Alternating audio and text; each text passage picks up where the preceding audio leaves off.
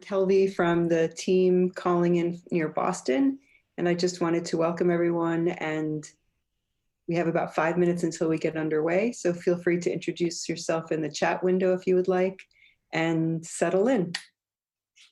And welcome.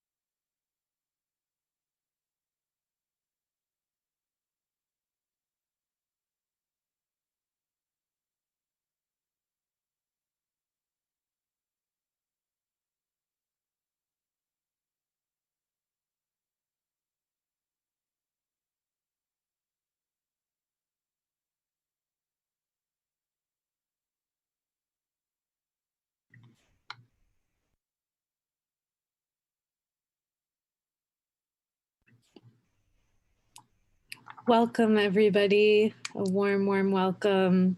For many of us, welcome back. And for those of us who are just joining, a warm welcome to all of us, to all of you.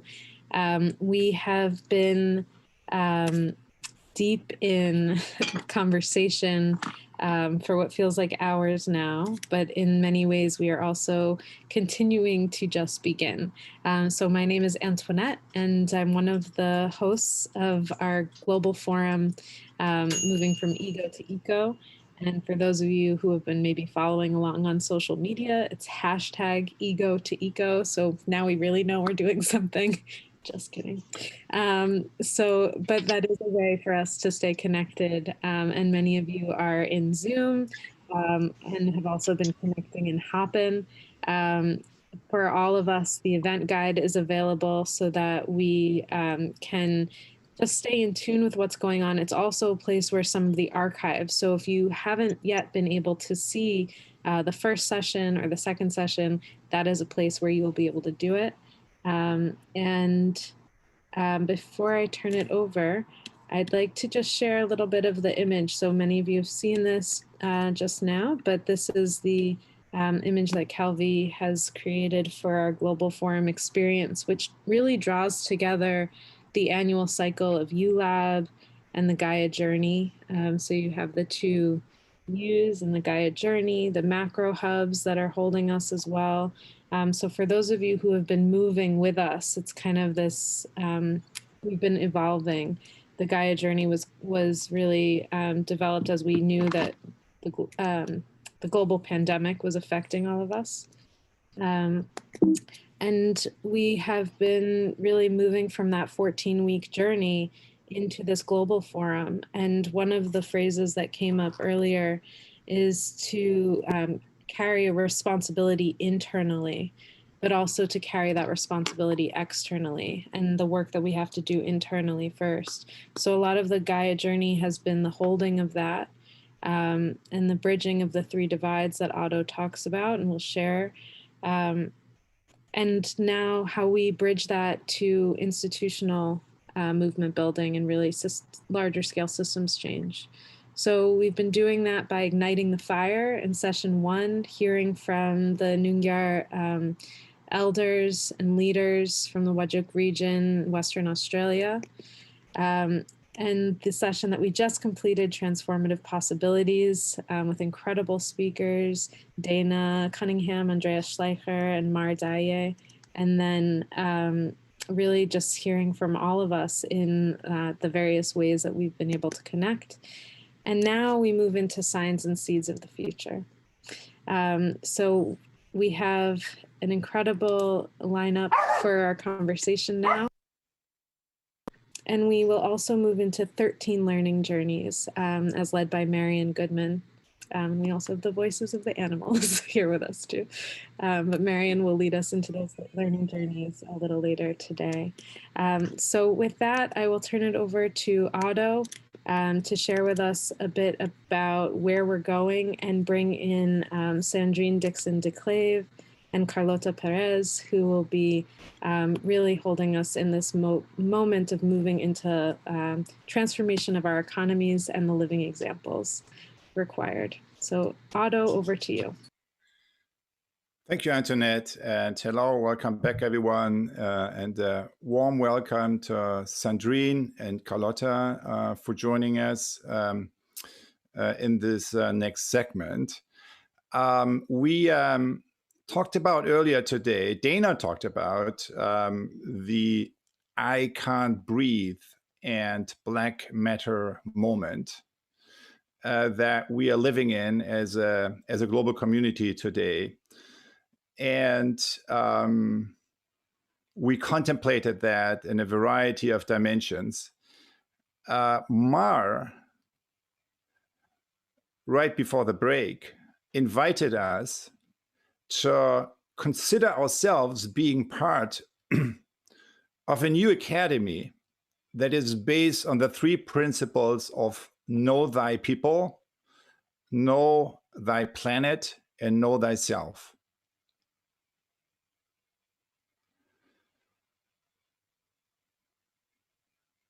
And we also talked about, if we apply these principles, how that, to deal with the deeper structural issues of violence and systemic mechanisms of exclusion and racism that we are dealing with, how that requires us to profoundly rethink the key systems we operate in our societies. How we learn, right? Education and learning. And Andreas gave us an introduction into that. Then Mar took us really into the world of global governance and dealing with the bigger societal issues. And he shared with us how the UN system today really is. It was meant to be we the people, but what it really ended up with is we the governments. So and we talked about what might we the people in a modern, postmodern society really look like. So how do we self-organize on an economic level globally, dealing with the bigger systems issues that we face? How do we do that in evolving our democracy? How do we do that in our learning system? And with that, Sandrine, I first kind of want to now, so in this next segment, we're more focusing really on the social and economic dimension of our transformation. And Sandrine, you as the co-chair and president of Club of Rome, I want to invite you on a reflection where you see us. So what do you see currently going on? And this kind of, if we think about the breathing condition and the I can't breathe condition of our time, what does that mean on a planetary level? So almost 50 years ago, Club of Rome, right? The limits to growth, 1972, we all know that. 50 years on, so where are we, Sandrine? So are we moving forward, backward? What do you see going on? And what is, when you look at the decade ahead of us, what is it you are seeing? What are we called to do now? Over to you, Sandrine, and thank you for joining us. Thank you so much, Otto. And that is the question, right? And Dana also told us that there is never one singular threat. There will always be a series of converging tipping points. And I'd like to build on that as well. I'm going to try to share my screen. And if I can't share it, could I please ask you to do so on my behalf? Sure. So let's see if this works. Fantastic. Is it working? Yep. Just go on. Okay, perfect. So what's and you're seeing actually that the first key slide is the limits to growth 1972. Yeah, if you could go on the slide show thing, so yeah, that I'm going to do that. Yeah, exactly. Thank you. Okay, interesting, because I can't really see it on my screen in the way that you can. So that's perfect. Let's be very clear. Already in 1972, we had the warnings. And not only the warnings, but the MIT models that were developed by Dennis Meadows. And by the way, I spoke to Dennis actually just this week about this very issue. All those models that were developed predicted already the amount of parts per million CO2 that we would have in our atmosphere, already predicted the key crisis points that we would be at. And as Dana indicated, you know, this at that time already was the challenge of our generation. And now I would say, not only is it the challenge of our generation, it's the challenge of the next generation and the generation, but it's an intergeneration challenge of today. And the limits to growth, as we know already in 1972, looked at what the business as usual scenarios would look like. And we saw that we were way beyond the Earth's carrying capacity already at that time, and would only continue to cross the Earth's carrying capacity if we continued on the trajectories that we decided to go forward, which was consumption would only continue, and we would continue to grow in the same way. Sandrine, just remind us, a carrying capacity. So just to help us, that was exactly the carrying capacity of the planet. And right now we are outside of the boundaries of our planetary boundaries. We already had indicated in the limits to growth that we were very close to that carrying capacity. And I think what is interesting is that as we continued from what we called in those days an empty world, about 2 billion people, to a full world of what we are today, we are predictably continuing on that pathway of being way beyond the carrying capacity of our planet. And this was depicted and continues to be shown from a systemic perspective. So it wasn't just the energy system that was creating an issue. It was also global pollution across our land, water, and soil. It was environmental impacts from agriculture, from chemicals use, from a variety of industrial processes that were having an impact in a variety of ways, because there was this propensity for not only the population to continue to grow, but for a continuous growth scenario within each of these populations. Consumption at all costs, growth at all costs.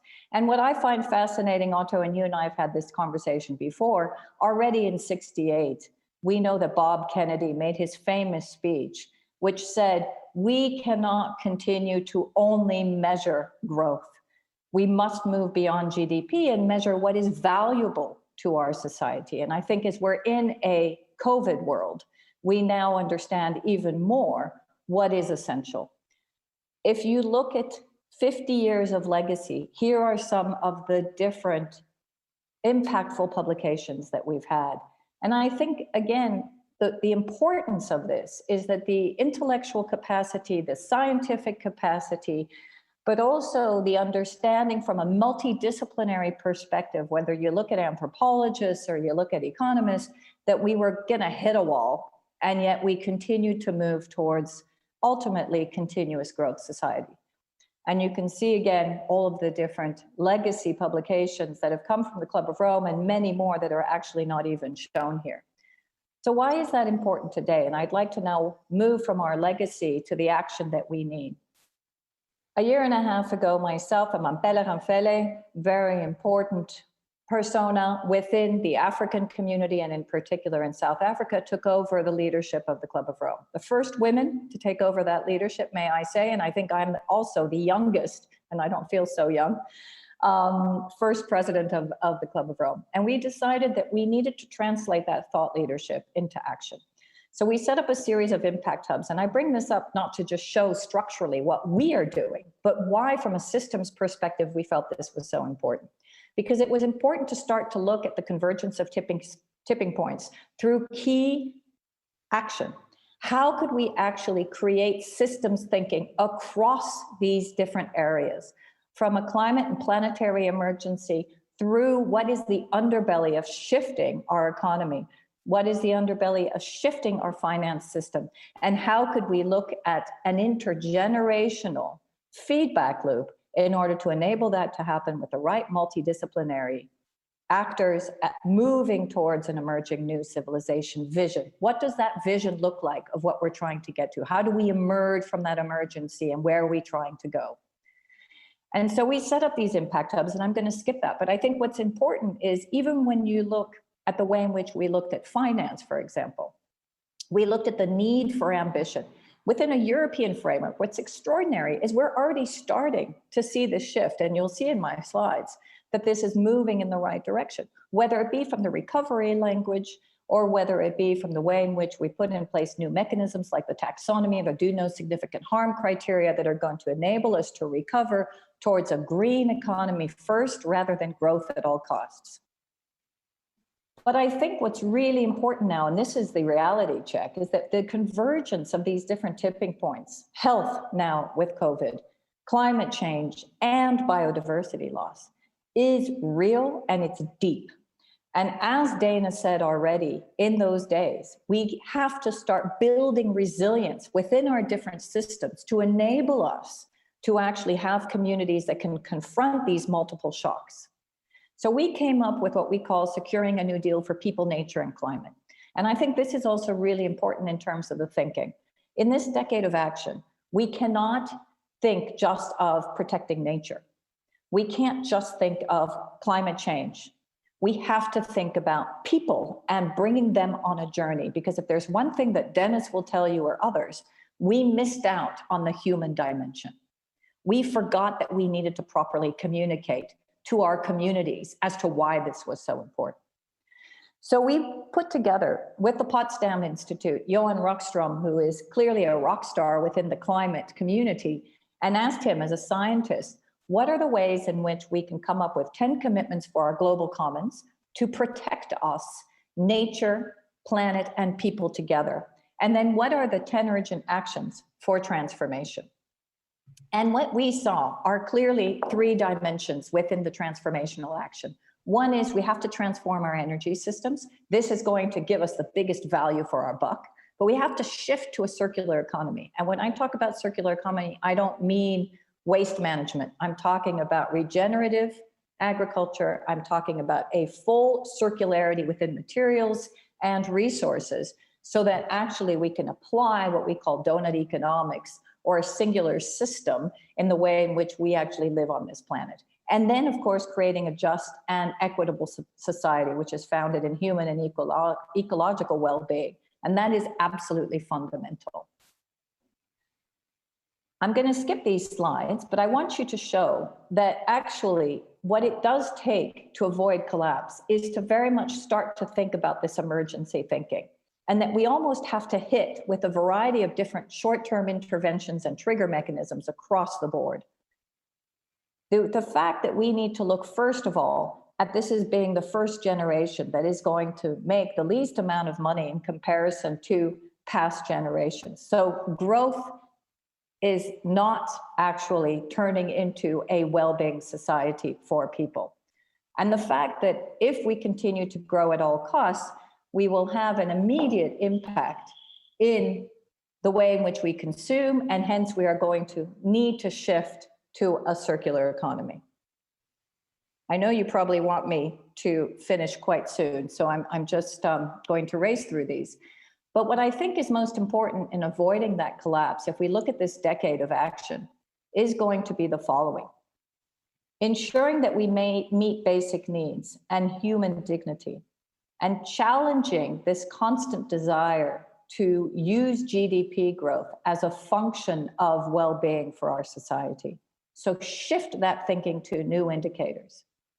Ensure also that we don't overshoot on our planetary boundaries, and bring all of this into compass thinking, which is the progress of this century. And to do that, clearly we're going to have to live within our ecological limits, and we're starting through our planetary emergency plan, giving concrete objectives and actions as to how we can do that. We have to meet the basic needs of all humans. We're working with the G20 finance ministers, for example, that are having conversations right now. We're advising, and I'm working directly now with the European Commission on their Green Recovery Program and their European Green Deal as a deal for people, planet, and prosperity.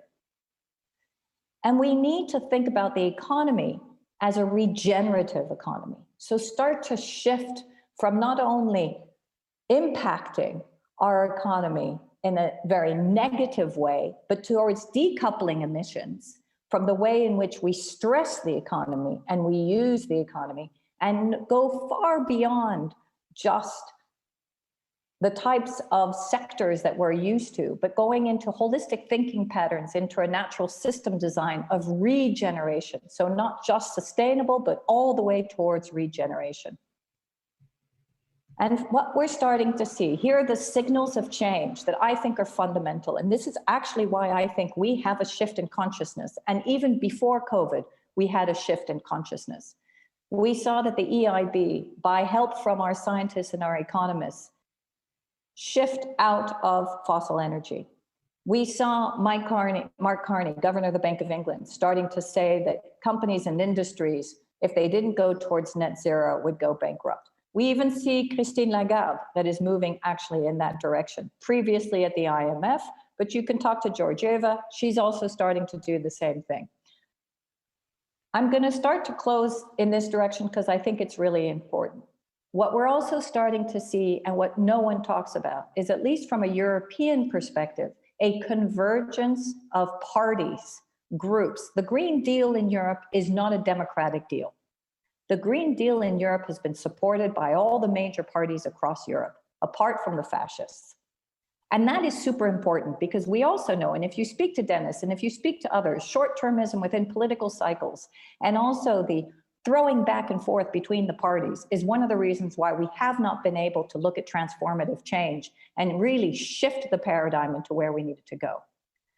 This is the Green Deal. This is the well-being economy that we're trying to look at from a European perspective, bringing in a variety of different sectors. It is Europe's man on the moon or woman on the moon movement. And I would even say it's a planetary moment. It's our planetary shot, because we recognize that we don't need to go to the moon in order to make those clear differences. We actually need to preserve our planet first. It is looking very clearly, and I think emergence from emergency, not only from a European perspective, but if you now look at New Zealand, if you look at Costa Rica, if you look at those countries that are starting to look at transformative change within this decade, it's bringing together prosperity, social inclusion, and sustainability at the same time. All of these elements which are now being integrated in their thinking and their action. So can we create a world in balance, a real transformative world, even if we are a full world population-wise? I think we can, but only if we look at ensuring that we have emergency plans that enable us to emerge. Action now for resilience later, transformational and not incremental, and we're starting to see that. Collaborative, not individual.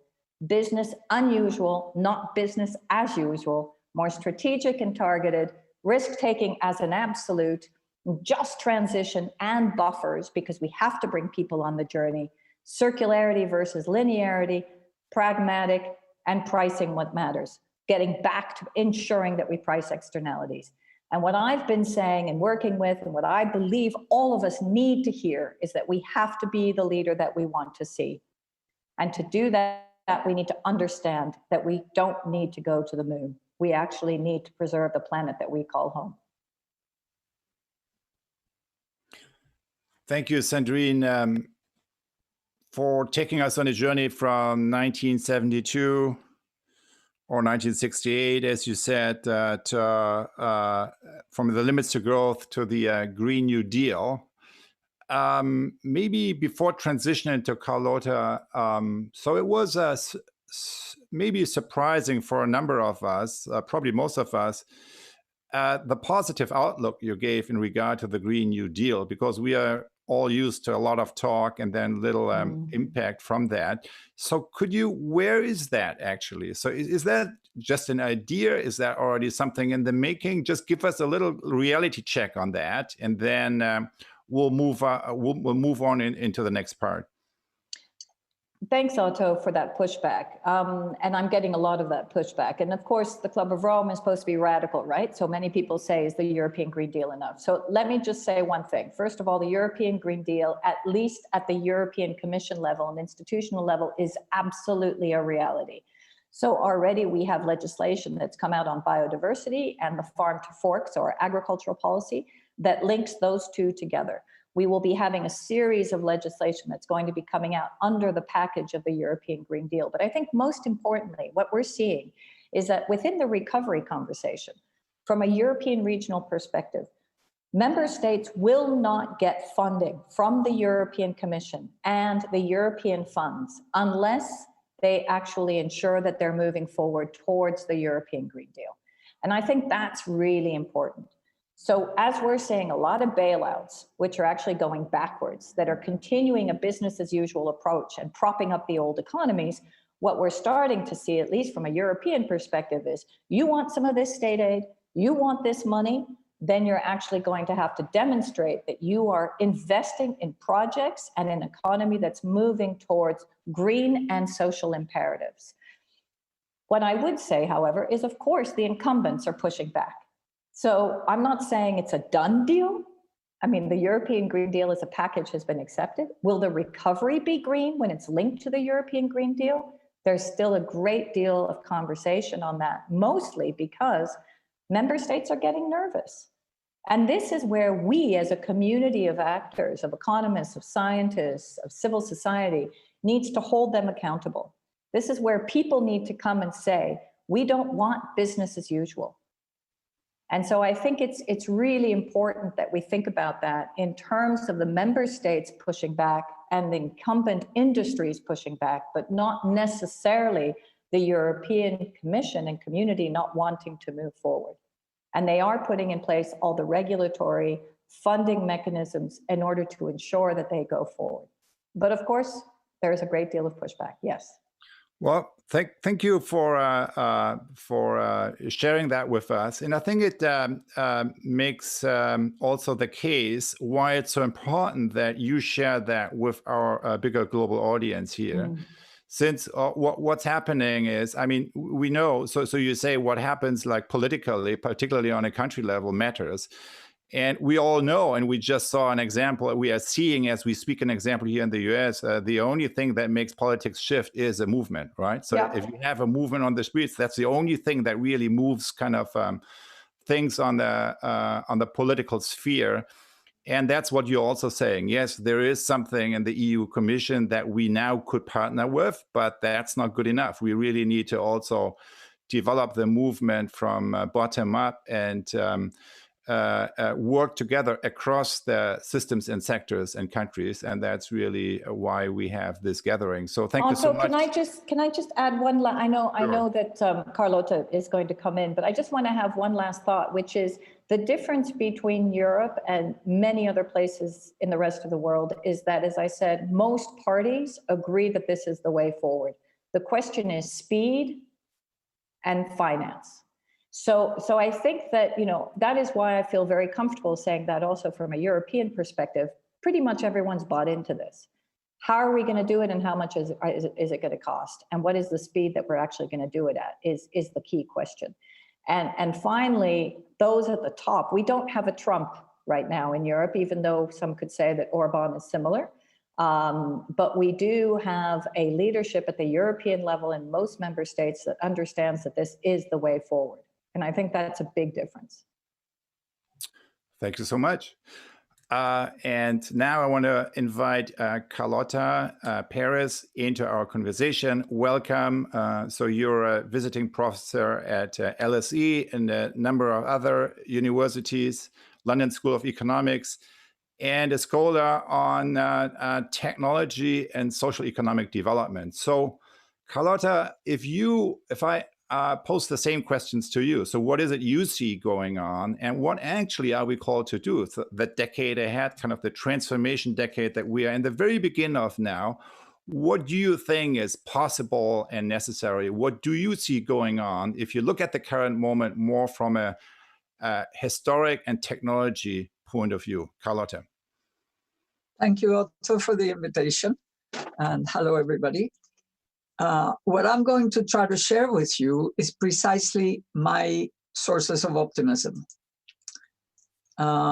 Just a minute, let me share my slides.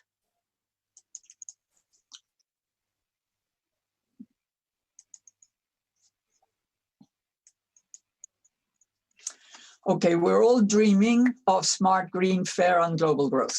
Of course, that's where we would like the world to go towards. But we're also wondering if it can happen. And the thing is that my work on the history of technological revolutions is a source of great hope. Because, in the 1930s, when Franklin Roosevelt was trying to solve this depression, recession, unemployment, poverty, inequality, all these horrible things, and business didn't let him, and the Supreme Court kept on putting down his laws and his programs and all these things. And then when the Second World War ended, every single thing that he proposed and even more imagination things happened, things that were very difficult to believe, full unemployment insurance, pensions, people being able to buy houses, the government backing all the home building, suburbanization, all these wonderful things that happened that lifted practically the whole of the population into good lives, with business accepting. So sometimes you find that there is resistance towards change, and then something happens, which I'm going to explain why in history this happens, that turns the tables completely, and suddenly what seemed impossible becomes possible. So I'm going to share what I have learned from the history of technological revolutions. And there'll be 5 points. First, I'll talk about the revolutions themselves and how they have been forgotten. Sorry.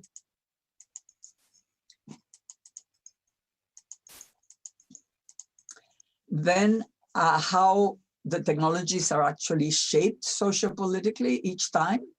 And then I will answer 3 questions. First, why smart and green together? Very often, the techies, all the people that are in the information technology seem to be living in one world and the greens live in another world.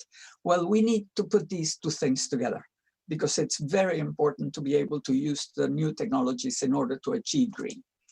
Then I will wonder why we need it to be fair and global. Of course, all of us agree with that, but not everybody does. And I will argue why it could be that everybody will. My goodness, what's happening? I'm so sorry. And then why growth and which growth? And I will try to clarify why I am for growth, but of course, a particular type of growth, not just growth understood as the old mass production, resource intensive sort of growth, human growth. So let's start with the 5 technological revolutions. There have been in 240 years. The first one was, of course, the Industrial Revolution, machines, factories, and canals. That was like the internet of the time. Then we have the age of steam, coal, iron, and railways, followed by the first globalization. That was the age of steel and heavy engineering, electrical, chemical, civil, naval. That was the time when the steamships went north to south in 2 weeks and therefore incorporated the whole of the Southern Hemisphere into the capitalist economy. And also, of course, the transoceanic cables, the telegraph went through the ocean, sort of like internet now. So that's how we had the first globalization. So it's important to learn from what happened then. Then we have, with Ford's Model T, the beginning of the age of the automobile, oil, plastics, and mass production, which is the source of most of our environmental problems today. And then our current age of information technology and telecommunications. And if you will notice, the arrow is only halfway, because we are only halfway. We've only come through what Schumpeter used to call creative destruction.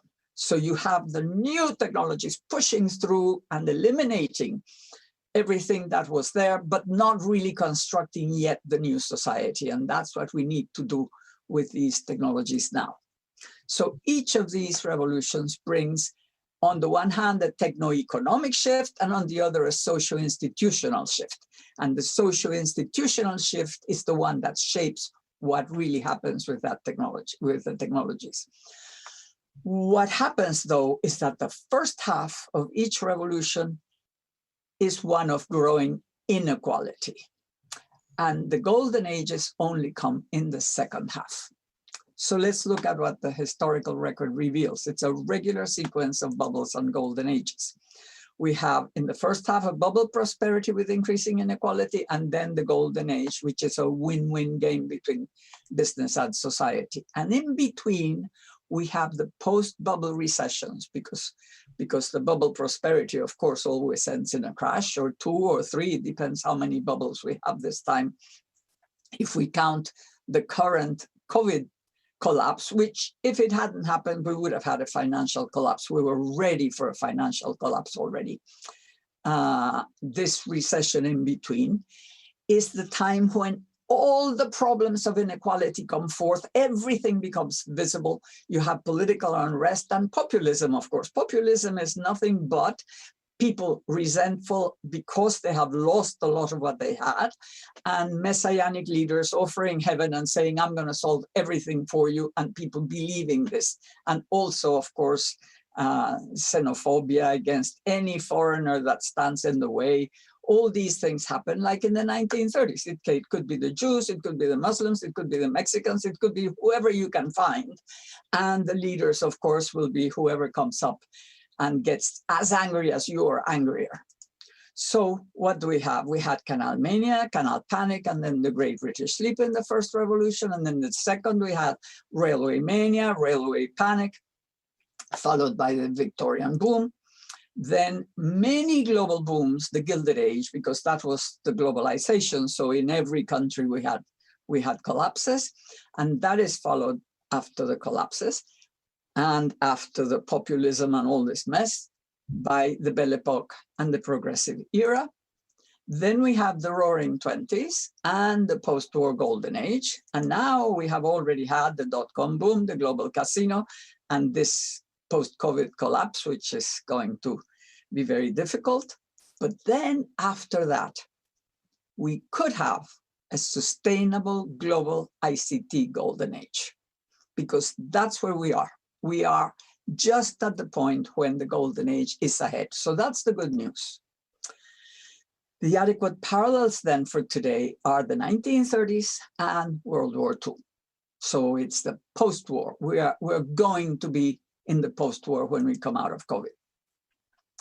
And the golden ages depend on government policy providing direction. We do need government policy to do it.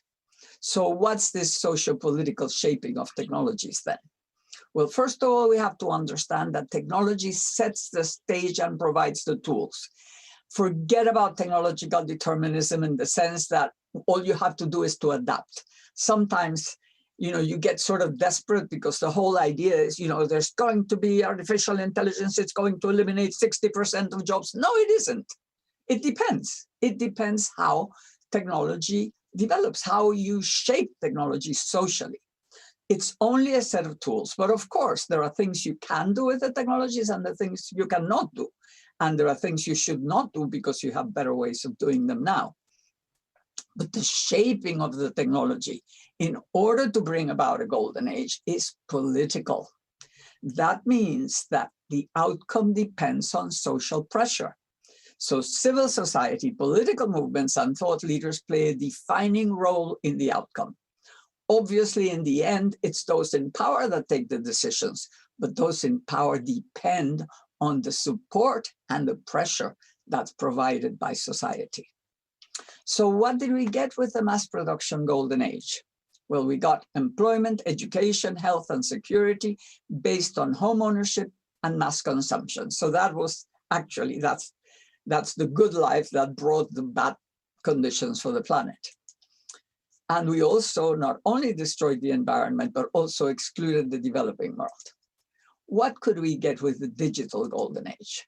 Well, we could get all of that, but smart, green, plus meaning, creativity, social networks, lifelong learning, based on collaboration, access, rental, maintenance, recycling, and reuse, with an improving global society flourishing on a healthy planet.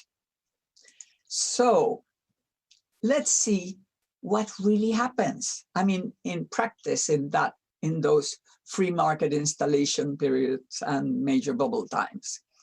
What we have is income polarization, just like we saw Sandrine just now show. This is the well-known Piketty and Sayers, one of their graphs. We have here in the roaring 20s, this is the percent of income earned by the top 1% of taxpayers. Of course, what they declare. We don't know how much they really earn. This is including capital gains in the US from 1913 until just 2 years ago. So we have here 25% in the hands of the 1%, the income. And here, this was in the 1920s. Here, it's the NASDAQ bubble, then the 2000s bubble, and this is what we've just had. All this time the same, around over 20% in the hands of the 1%. But look at this. In the post-war boom, we had the golden age of mass production, and their share came down to 10%. Of course, that's a lot, but that's how you get wealth being created, and then that's how you get prosperity. You need to get wealth, but not in this unequal form of distribution. So the question is, where are we going? Are we going to stay up here? Are we going to keep this inequality, or are we going to have a post-COVID boom, the golden age of information? Well, golden age deployment periods reverse the process, of course. Will we do it again? That's the question. Now, why smart and green together? The energy and materials intensive, unavoidably wasteful mass production revolution is the main cause of the threats of climate change and resource depletion. So the information revolution, with the intangible nature of software and internet mobility, provides the best set of tools to turn products into services and generally reverse the trends. So smart green lifestyles and production methods must lead the way. Let's look at some examples of smart green. Okay, first of all, we all know that we no longer use records or tapes or whatever. We have streamed music and films. We don't necessarily buy paper newspapers. We have online news, and we also have digital books. So we're already talking about an enormous amount of materials that are no longer being used for us to be able to have access to these things. Rental and maintenance of truly durable goods. This hasn't happened yet, unfortunately. Although the EU does have something about the companies having to take back electrical and electronic goods when at the end of their life, a certain percentage and so on, and some of it is disassembled, but we're far from what we need. We need really durable goods. We have the technologies to make goods last 100 years. We don't need to do spare parts. We could eliminate spare parts and just print them on demand with 3D printing. We should have maintenance and people just making sure that things last. And this whole idea of the material goods being rented and maintained would change radically our use of materials, and still we would allow all the people who don't have those goods to be able to have them, because we could have, with less materials, much less materials, cover the needs of the whole world. Computer-guided hydroponic agriculture around cities. We need, and we can have fresh food. Interactive smart grids to control electricity usage. MOOCs, the online courses, and other online teaching and learning, which would allow people in far corners of the world to have access to the top teachers in the world. Virtual events and online meetings like the one we're having now, and so on. So we can really go very far in terms of smart green, this new technology helping green happen. And why fair and global? I think we all agree that it has to be fair and global, but we need to understand a bit more, because it's not just the humanitarian reasons, as well as the practical reasons related to peace and profitability and all that. I mean, those are the other ones, the ones that are related to peace and profitability, because the angrier people get, the more complicated it is to have peaceful growth. And of course, if you don't have demand, you don't have profitability. But we're all in this together. If the rise in crime, desperate migrations, and populism have not convinced the world, the pandemic has, because we're all in this together with all those things plus health. So the post-war boom in the advanced world was the result of a fair income distribution in the North that created dynamic demand for profitable business. But it kept oil and materials cheap, holding the underdeveloped countries behind. So what we need now is to go towards creating this demand for the future green society. So what could be the measures for a fair global future for the information age? First of all, at least in all the advanced countries, universal basic income makes an immense amount of sense. Handled with artificial intelligence, no bureaucracy, no humiliation, dignity of every citizen, used through, they get the money through the ATM, and the reimbursement as tax. Anybody who earns more than a certain amount just gives it back, and that's it. So everybody has the dignity of having a basic income in the across society. And we don't have, because people who are self-employed, who are in the gig economy, they don't have a proper, they're not employed, they're not unemployed. So how do they declare that they need unemployment insurance if they are partly employed? So we've got to change that. Then we need good wages for service workers. We just discovered how essential they were for life, and they will also be essential for demand. So we've got to change it. And you know, the reason why the assembly workers got good wages was socio-political. As soon as those jobs went to Asia, they became low-cost jobs. They were not middle-income jobs. They became middle-income because of a socio-political decision to pay well. So And of course, to make the unions be able to be industry unions and so on. We need to build many green, affordable homes. It's good for jobs, it's good for well-being, and it's good for the environment. Increase the prices of fossil fuels and materials, which will encourage materials and energy saving, and will also help fund development.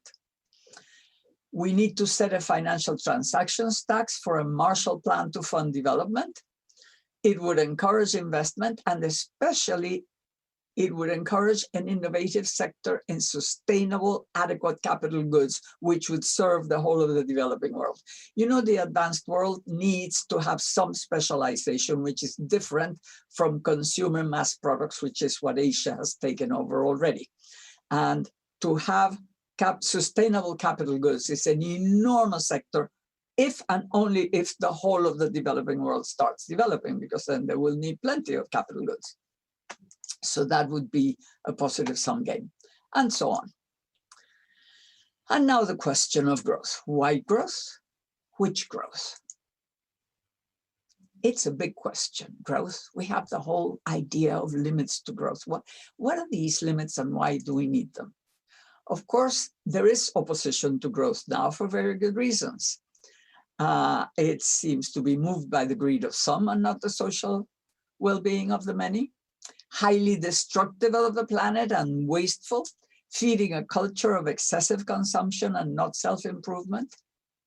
The problem is that there is still too much poverty in the world. And the question is if it can be overcome without growth. Now, not measured by GDP or whatever, growth meaning more wealth creating activities, services, things for well-being. So which growth? One that aims at education, experiences, and healthy lives, that uses biodegradable materials and no waste, that aims at dematerialized consumption, that makes and maintains durable products for 100 years. I can assure you, with the technologies we have today, every single durable product could really last 100 years. When I was young, the refrigerators lasted 35 years without any problem. So why can't we with all the technologies now? And it has to be growth that aims at eliminating poverty across the whole planet. So yes, but a very different human-centered type of growth. We must set up a positive sum game between business and society, between advanced, emerging, and developing countries, and between humanity and the planet. And the post-pandemic reconstruction is the best moment to do so. Thank you.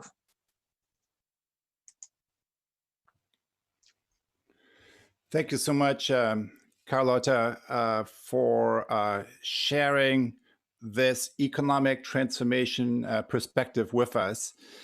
I'm aware of that we are already past the time, so we are, in a minute or so transitioning to the learning journeys. But I want to do two things before. Number one, acknowledging.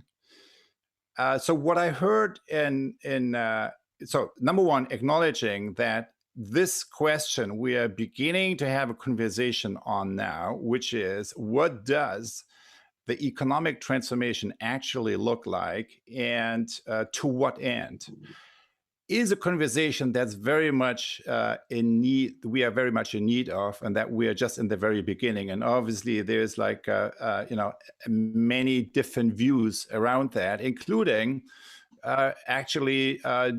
do we have to be much more radical in terms of post-growth, in terms of transforming the current economic institutions towards well-being for all? But what I also sensed across both contributions that we heard from Sandrine and Carlota is that there is, and particularly over the past few weeks and months, we have felt that there's a true shift, a seismic shift going on, where those of us who thought about the transformation of the economy, who used to play in a very small pond, right?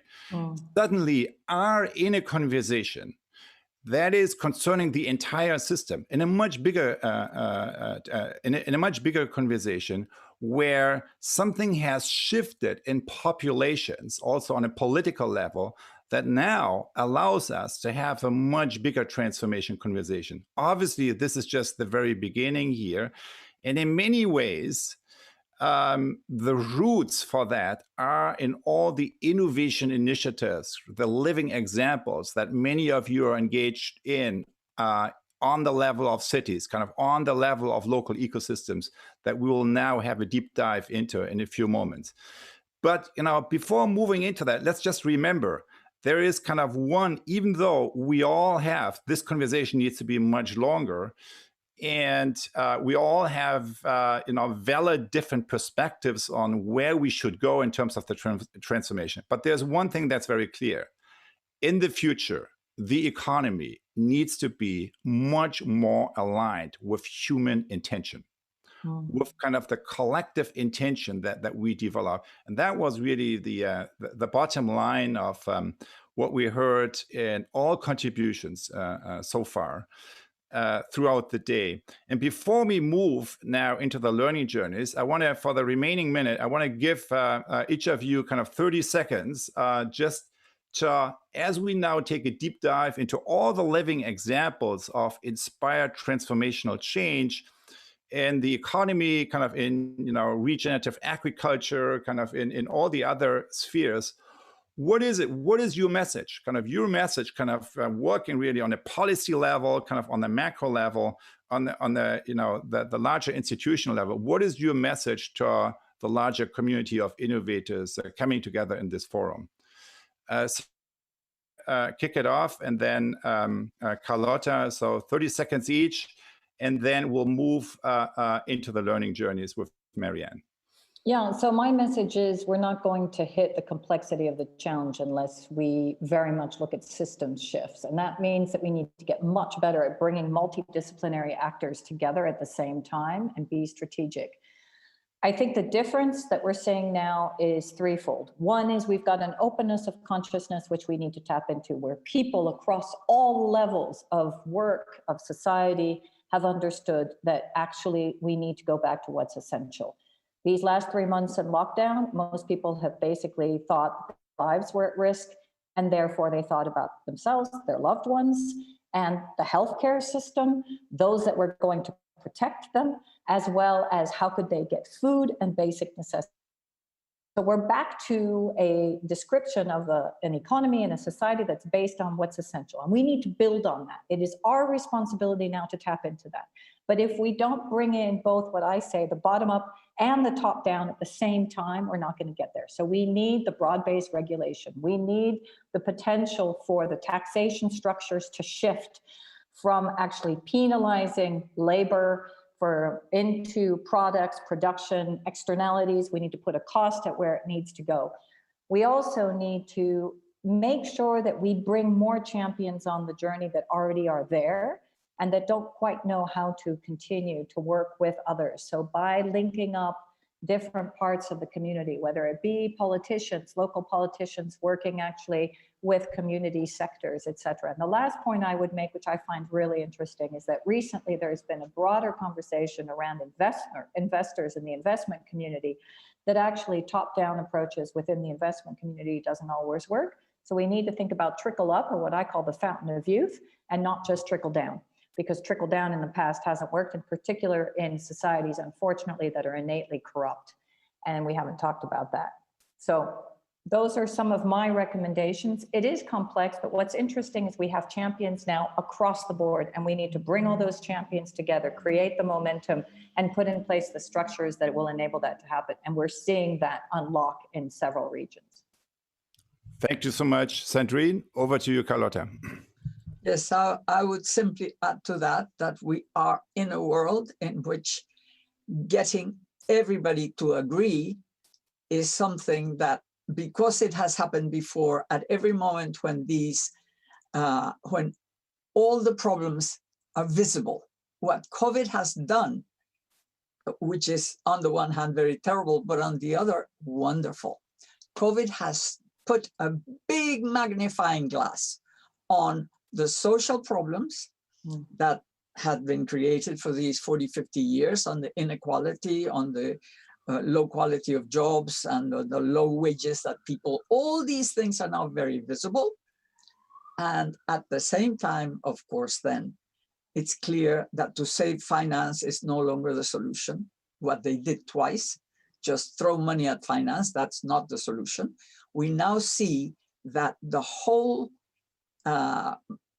emergency that we're in is very similar to what climate change could bring if we don't solve it. So we now know what an emergency is like. We now know what the underlying social problems are. We have to solve them all, and politicians this time are going to have to listen and are going to have to act. So we have to get them together, putting social pressure, but to know that it can happen. And I think it's very important for us to think that we're not just dreaming, that we are constructing, that we are making a different world, and we can succeed. Thank you so much. Thank you both for taking us into this bigger systems view journey onto the social economic transformation that we are part of. And now we are moving into the living examples thereof, kind of where we can see and sense the seeds of the future, really much more hands-on and through the eyes of the change makers. And for that, I turn it over to Marianne.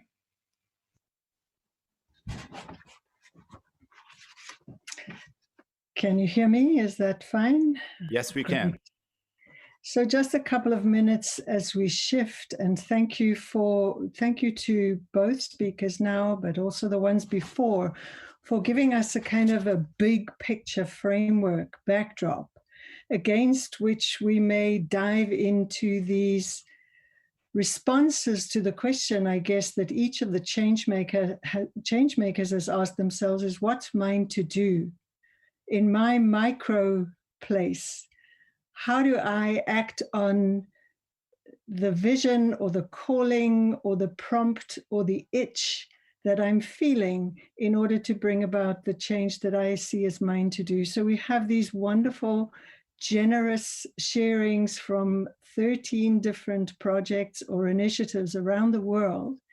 Many of you have already selected which one you'll go to, because of the 13 on offer, each one of us will spend the next 60 minutes just in one of those Zoom rooms. But do not fear, they'll all be recorded and everybody will have access to them afterwards. But I just want to remind us, perhaps, both going towards this kind of generosity of opening up their own story, their own challenges, obstacles, inspirations. We go in with great respect, but we also may go in with an open mind and an open heart, and that's come in already during our sessions together. It's really the open mind that listens, that's open to be surprised, to have some assumptions or beliefs challenged, some opinions shaken about. But it's the open heart that really hears.